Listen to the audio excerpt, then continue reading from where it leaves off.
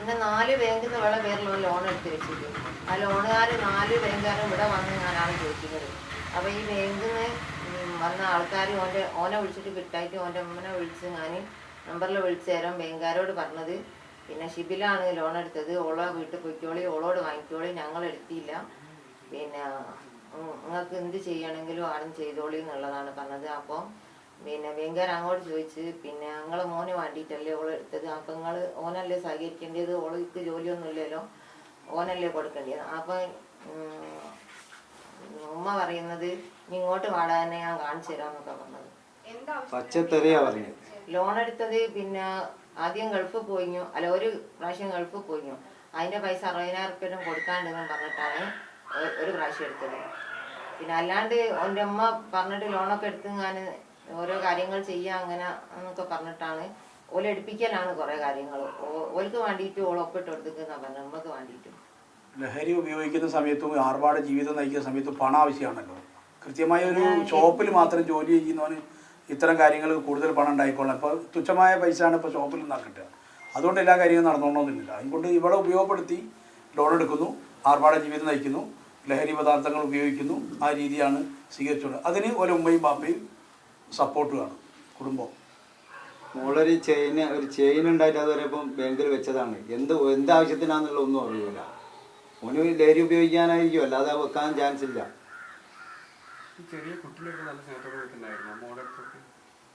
എങ്ങനെ സ്നേഹം ഇവിടെ ഇപ്പൊ അടുത്ത ദിവസം ഒരു ദിവസം വന്നപ്പോ ഓളം കാണാൻ വന്നപ്പോ 2 മാസം പോരായി ഇവിടെ ആയിട്ട് ഓരോന്ന് വിളിച്ചു നോക്കി അങ്ങനത്തെ യാതൊരു ഇതില്ല. ചെറുതുമായിട്ടുള്ള സ്നേഹം കാര്യമൊന്നുമില്ല, ആരും വിളിക്കലും നോക്കലും ഒന്നുമില്ല. അത് മോളെ ബർത്ത്ഡേ ഞങ്ങൾ ഇവിടുന്ന് കഴിച്ചിരുന്നു. അത് ഓനോട് പറയാഞ്ഞിട്ട് ചെയ്തതാന്നാ അവൻ പറഞ്ഞത്.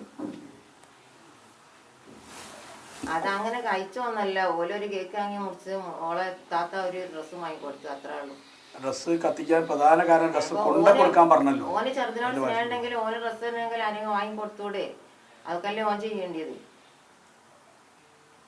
അതൊന്നും ചെയ്യല്ലോ, വാശിക്കാണല്ലോ എല്ലാം ചെയ്യുന്നത്. എന്തായാലും ഓന് നല്ല ശിക്ഷ കൊടുക്കണം, അല്ലെ കൈയും കാലും വെട്ടി മുറിക്കണം. ഇവിടുത്തെ ശിക്ഷ പോരാ, അവർക്ക് അറബി നാട്ടിലെ ശിക്ഷ തന്നെ കൊടുക്കണം. ഇങ്ങനെ എല്ലാ സ്ഥലത്തും പിന്നെ ഈ മക്കള് ഇങ്ങനെ കേടിരുന്നത് ഇവിടെ പോലീസുകാരെ അങ്ങോട്ട് കൊണ്ടുപോവുക, അവിടെ നല്ലോണം ഭക്ഷണം കൊടുക്കുക, അവിടെ എന്തെങ്കിലും കുറച്ച് പണിയെടുപ്പിക്കും. പിന്നെ അവർക്ക് പോരുന്ന തിരിച്ചു വരുമ്പോൾ പൈസയും കൊടുത്ത് കടിയൊക്കെ നന്നായി ഉഷാറായി അവർക്ക് ഇങ്ങോട്ട് വരിക. അതാണ് ഇതിന്റെ.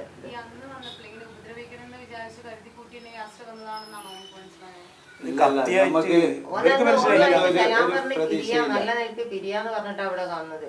സർട്ടിഫിക്കറ്റ് കൊടുത്ത് ഓളോട് പറഞ്ഞിക്ക് സലാം പറഞ്ഞ് പിരിയാലോ, അവര് വരുന്നില്ലെങ്കിൽ എന്നൊക്കെ പറഞ്ഞ്.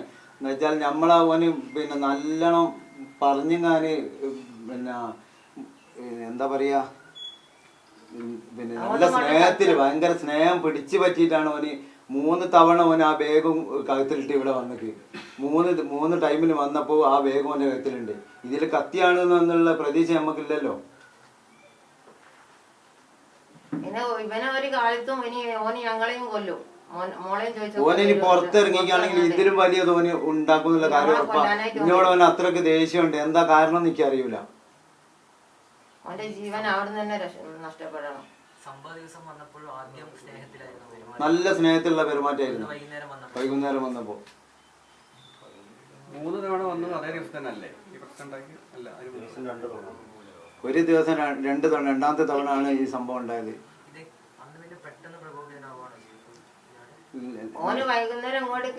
ഇവിടെ ഇരുന്ന് ഒരു 10 മിനിറ്റ് ഇവിടെ ഇരുന്നു സംസാരിച്ചിട്ട് ഇവരുമായിട്ട് നല്ല ഡീസന്റ് പെരുമാറ്റത്തിലാണ് നിന്നത്. പെട്ടെന്ന് കുറച്ച് ഒരു 10 മിനിറ്റ് വരെ ഇരുന്നൊക്കെ ഇവിടെ. ആധാർ കാർഡ് പാൻ കാർഡ് ഓളെ കയ്യിൽ കൊടുത്ത് മോളെ ചോദിച്ച് ഇപ്പൊ എന്താ ഷൂ ഊരാത്തെന്ന് വെച്ച് ഷൂ ഊരാൻ പിന്നെ എനിക്ക് നേരമില്ലാന്ന് പറഞ്ഞ് മോളയിൽ ഫോണ് കൊടുത്താക്കി. ഞാനിവിടെ ഇരിക്കുന്നുണ്ട്, ഓളെ അവിടെ നിൽക്കുന്നുണ്ട്. പിന്നെ ആദ്യം കുത്തിങ്ങാന് പിന്നെ ഓളെ അങ്ങോട്ട് ഉന്തി തള്ളിയിട്ട് 2 കത്തി കൊണ്ട് ഓളെ 4 കുത്തി കാഴ്ചതാക്കിക്കാൻ. പിന്നെ ഉപ്പ അവിടെ നിന്ന് ഇങ്ങോട്ട് വന്ന് ഓളെ പിടിക്കുമ്പോഴേക്ക് ഉപ്പനെയും കുത്തി. 2 കത്തി ഉണ്ട് കയ്യില്. 2 കത്തിയും ഇതാക്കിയിട്ടാണ് അവന് ഇവിടുന്ന് റോഡമ്മേലേക്ക് വണ്ടിയിലേക്ക് കയറിയത്. അപ്പൊ വണ്ടിയിൽ വേറെ ആളുണ്ടോന്നുള്ളത് ഡ്രൈവർ ഉണ്ടാക്കി ഈ ഭാഗത്ത് നിന്നാണ് ഡോർ കയറിയത്. ഡ്രൈവർ ഒന്നുമില്ല.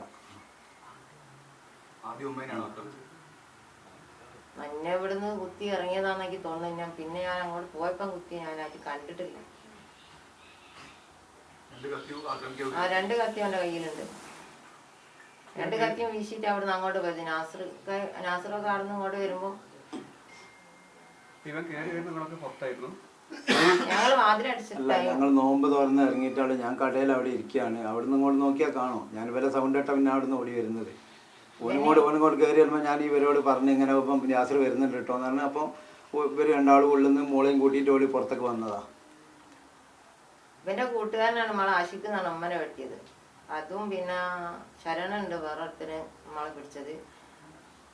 ഇവന് ആഷിക്കിന്റെ ആ കുത്ത് ഉമ്മനെ ഇതാക്കിയതിന്റെ ശേഷമാണ് ഓക്ക് ഭയങ്കര പേടി. ഇവനും കത്തി കൊണ്ട് നടക്കലുണ്ടെന്നാണ് പറഞ്ഞത്. അപ്പൊ അതെല്ലാം കൂടി പേടിച്ചിട്ടാണ് അവൾ പോവാണ്ടായത്. ആഷിക്കും വെലും സുഹൃത്താണ് എന്നുള്ള കാര്യം പോലീസിനോട് നമ്മൾ പറഞ്ഞിട്ടുണ്ട്. രേഖാപരമായി പറഞ്ഞില്ലെങ്കിലും വാക്കാലെ PROനോട് ഞാൻ ബോധ്യപ്പെടുത്തിയിട്ടുണ്ട്. ആഷിക്കും വെലും സുഹൃത്താണ്, ശ്രദ്ധിക്കണം, അപകടമുണ്ട്. 5 വർഷമായിട്ട് ഓളെ തീരെ ഒരു സമാധാനത്തിൽ നിൽക്കാൻ അവൻ സമ്മതിച്ചില്ല. അവള് പിന്നെ മോളെ പള്ളിയുള്ള സമയത്തൊക്കെ ഇറങ്ങി പോയിക്കാന്ന് പറഞ്ഞ് ഓൾ ഇറങ്ങി പോകുന്നെന്ന് പറഞ്ഞ്. അന്ന് ഞങ്ങൾ മിണ്ടലില്ല. അന്നിപ്പോൾ ഞാൻ ചോദിച്ചെങ്കിൽ എങ്ങോട്ടായി ഇറങ്ങി പോകാൻ വിചാരിച്ചതെന്ന് ചോദിച്ചു. അപ്പോൾ എന്നോട് പറഞ്ഞ് ഞാൻ ഇങ്ങോട്ട് തന്നെ വരാൻ വിചാരിച്ചത്. പിന്നെ ഓന് എനിക്ക് ഓട്ടോറിക്ഷ ഒന്നും കിട്ടാത്തത് കൊണ്ട് ഞാൻ നടന്നു പോരുന്നത് കണ്ടോ തന്നെ വന്ന് പിടിച്ച് കൊണ്ടുപോയി എന്നാണ്.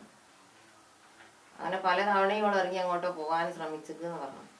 അവൻ്റെ ബുദ്ധിമുട്ട് കാരണം അവന് ഭക്ഷണം എടുത്തെറിയുക, ഭക്ഷണം തിന്നാൻ കൊടുക്കാണ്ടിരിക്കുക, വിഷമലൊക്കെ കൊണ്ടുവച്ചാൽ അതൊക്കെ അടിച്ച് നെറ്റിക്കാളുക, അങ്ങനെ പല അക്രമങ്ങളും കാണിക്കുന്നുണ്ട്. പിന്നെ അവളെ ഭയങ്കര സംശയമാണ്. അന്ന് ചേട്ടൻ പോകാൻ സമ്മതിക്കൂല. ഇങ്ങോട്ട് തന്നെ വന്നാൽ ഇവിടെ രാത്രിയൊക്കെ ഓനില്ല വന്ന് നോക്കുമ്പോൾ ഇപ്പം റൂമിൽ വലിച്ചിട്ടുണ്ടെന്ന് പറയും. അങ്ങനെയൊക്കെയുള്ള സംശയങ്ങളാണ്.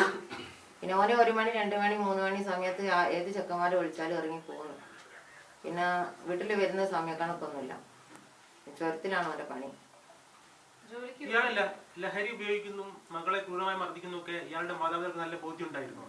ഓൽക്കുണ്ടാവും. ഓല് ഇവിടെ അയൽവാസികളാണെങ്കിൽ ഓന് 8ാം ക്ലാസ് പഠിക്കുന്ന അന്നേ സിസർ വലിക്കുന്നതൊക്കെ ഞങ്ങൾ കണ്ടു. ഞാൻ ഒരു ഇവിടെ ഞങ്ങൾ കക്കാട് അങ്ങോട്ട് വരുമ്പോൾ ഞാൻ ചെറിയൊക്കെ ഏതാണ് ഇപ്പം ഇവിടെ ഇട്ടതെന്ന് സിസർ വലിക്കുന്നതെന്ന് ചോദിച്ചാൽ പറഞ്ഞാൽ ഓലിപ്പോൾ അവിടെ വന്ന് കൂടിയ ആൾക്കാരാണെന്ന് എന്നോട്. അന്ന് മുതലേ എല്ലാം ഉപയോഗിച്ച് തുടങ്ങിയതാ.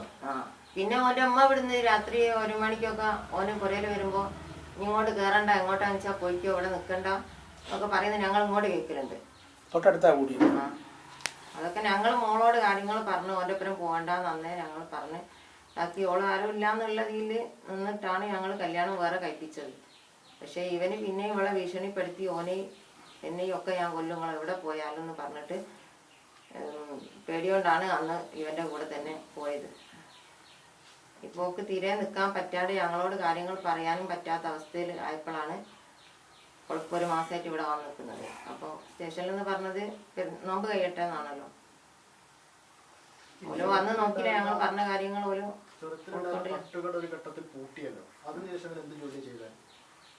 ഓനെ അവിടെ തന്നെയാണല്ലോ. ഓന് പിന്നെ അതിൻ്റെ അടുക്ക് എവിടെയും പണിക്കോ ഇല്ല.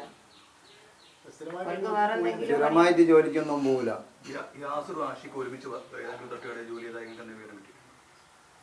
ഒന്നിച്ചുള്ളത് വെപ്പിന്റെ പണിക്ക് എന്തിനാ പോലാന്ന് പറഞ്ഞാൽ പോലെ പോലെ പോരയിൽ എന്തെങ്കിലും കൂട്ടന്മാരെല്ലാവരും കൂടി അവിടെ പോയി നിൽക്കലുണ്ട് എന്നൊക്കെ പറയുന്നുണ്ട്.